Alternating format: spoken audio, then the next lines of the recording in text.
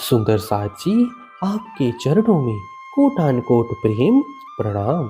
सुंदर साथ जी, पिछले वीडियो में हमने श्री सागर ग्रंथ के प्रकरण 5 की 130 तक की चौपाई का पाठ पूर्ण किया था। आज हम आगे की चौपाइयों का पाठ करेंगे। सुंदर साथ जी, अगर आपको यह वीडियो अच्छा लगे तो प्लीज़ लाइक करें और जो भी सुंदर साथ आपके साथ जुड़े हुए हों उन सबको भी यह वीडियो अवश्य शेयर करें। सुंदर साथ जी, जिन्होंने अब तक हमारे इस चैनल को सब्सक्राइब नहीं किया वे प्लीज़ इस चैनल को सब्सक्राइब कर दें ताकि आने वाले नए वीडियो का नोटिफिकेशन आपको तुरंत मिल जाए। होए वर्णन चतुराई से आशिक धरे ताको नाम, एक अंग छोड़ जाए और लगे सो नाही आशिक को काम। यदि चातुर्य से प्रियतम धनी के अंग प्रत्यंगों का वर्णन कर भी लिया जाए तो उसे आशिक नहीं कहा जा सकता, क्योंकि उनके एक अंग को छोड़कर अन्य अंग की ओर दृष्टि दौड़ाना यह अनुरागी योनियों का काम नहीं है। आशिक कहिए हक की जो लग रहे एक ही ठौर, आशिक ऐसी चाहिए जो ले न सके अंग और। वही आत्मा प्रियतम धनी की प्रिया कहलाती है जिसकी दृष्टि उनके एक ही अंग पर टिकी रहती है।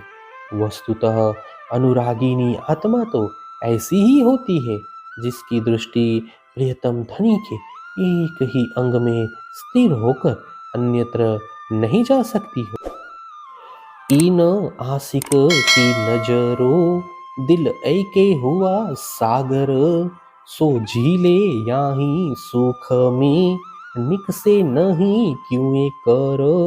इन प्रेमी ब्रह्म आत्माओं की दृष्टि में धाम धनी का हृदय ही विशाल सागर बन जाता है, इसलिए वे इसी सागर में सुखपूर्वक अवगाहन करती रहती है एवं यहाँ से किसी भी प्रकार बाहर नहीं निकल सकती। तो शोभा सारे स्वरूप की क्यों कहे जुबा इन, लहरे नहरे पहुँचे आकाश लो और ठोर न कोई मोमिन। श्री राज जी के दिव्य स्वरूप की संपूर्ण शोभा का वर्णन इस जिह्वा के द्वारा कैसे किया जाए।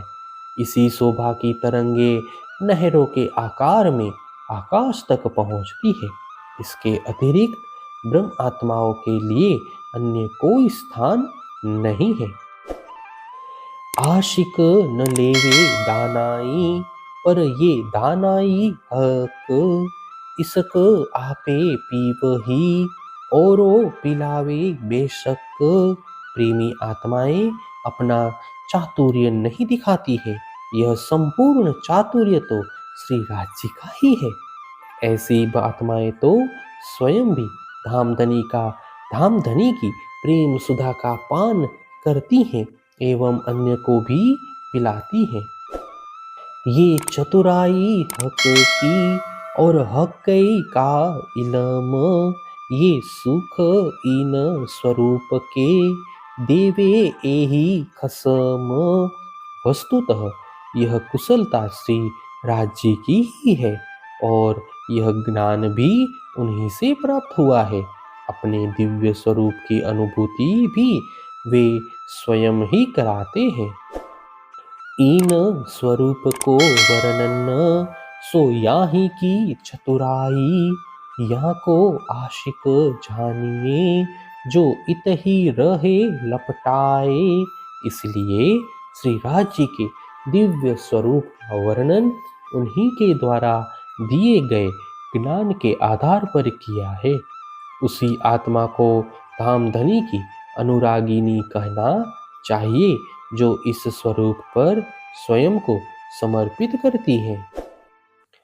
ये सुख इन स्वरूप को और आशिक एही आराम, जो लो इसक न आवही तो लो इल्म एही विश्राम। इस दिव्य स्वरूप के दर्शन से जो आनंद की अनुभूति होती है उसी में ब्रह्म आत्माओं को शांति का अनुभव होता है। जब तक हृदय में प्रेम का आविर्भाव नहीं होता है तब तक ज्ञान के द्वारा वे आनंद का अनुभव करती हैं। इश्क को सुख और है और सुख इलम, पर न्यारी बात आशिक की जिन जो देवे खसम। प्रेम का आनंद कुछ और है एवं ज्ञान का आनंद कुछ और, किंतु प्रेमी आत्माओं की बात भी भिन्न है। धामधनी जिसको जो देना चाहते हैं उसे वही स्वीकार्य होता है। ये इल्म ये इश्क दोनों इन हक को चाहे, पर जिनको हक जो देत है सो लेवे सिर चढ़ाए। ज्ञान एवं प्रेम दोनों उसी परमात्मा को चाहते हैं, परंतु जिन आत्माओं को जो देना चाहते हैं वह उसी को सिरोधार्य करती है। महामत कहे अपनी रूहन को तुम जो अरवा अरस, शराब प्याले इश्क के लियो प्याले पर प्याले सरस।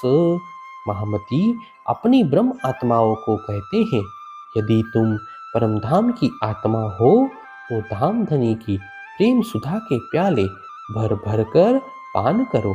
ये रसपूर्ण प्याले एक से बढ़कर एक आनंददायी है। प्रकरण 5 चौपाई 349। हे सुंदर साथ जी, इसी के साथ श्री सागर ग्रंथ का प्रकरण 5 पूर्ण होता है। आगे की वीडियो में हम नए प्रकरण का पाठ करेंगे। सुंदर साथ जी, अगर आपको यह वीडियो अच्छा लगा तो प्लीज़ लाइक शेयर और सब्सक्राइब अवश्य कर दें। प्रणाम जी।